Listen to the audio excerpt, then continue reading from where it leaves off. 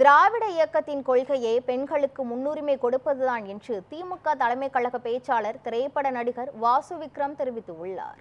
திருவாரூர் மாவட்டம் திருத்துறைப்பூண்டியில் திமுக சார்பில் செம்மொழி நாள் பொதுக்கூட்டம் நடைபெற்றது. இதில் திமுக தலைமை கழக பேச்சாளரும் திரைப்பட நடிகருமான வாசு விக்ரம் கலந்து கொண்டு சிறப்புரையாற்றினார்.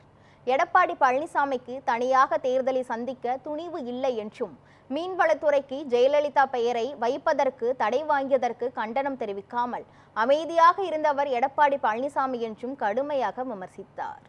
திராவிட இயக்கத்தோட கொள்கையே பெண்களுக்கு முன்னுரிமை கொடுத்திருக்காங்க. எல்லா காலத்திலையும் அங்கே தந்தை பெரியார்கிட்ட அண்ணா எடுத்துக்கிட்டார், அண்ணா ஐயா கிட்டது கலைஞரை எடுத்தார், கலைஞரை கிட்டது இப்போ தலைவர் எடுத்திருக்காரு, அவர்கிட்டது இளஞ்சூரியன் உதயநிதி தம்பி எடுத்துட்டாரு. இப்படி வம்சா வழியா திராவிட மாடலே என்னன்னா பெண்களுக்கு முன்னுரிமை தான். அதுதான் எங்கள் தாத்தா ரத்தக்கண்ணியில் ஒரு வசனம் பேசியிருப்பார். கடைசியில் முந்திலாம் கணவனை இழந்த பெண்களுக்கு மறுமணம் செய்து வைப்பார்கள். அப்போதான் அண்ணா கொடுத்தார் சட்டம். மெட்ராஸை தமிழ்நாடை மாற்றினது சுயமரியாதை திருமண சட்டம். மூணாவது இந்தி எதிர்ப்பு சட்டமாக கொண்டு வந்தார். எல்லா ஸ்டேட்லேயும் உண்டு, தமிழ்நாட்டை தவறன்னு போட்டிருப்பான் சட்டம்.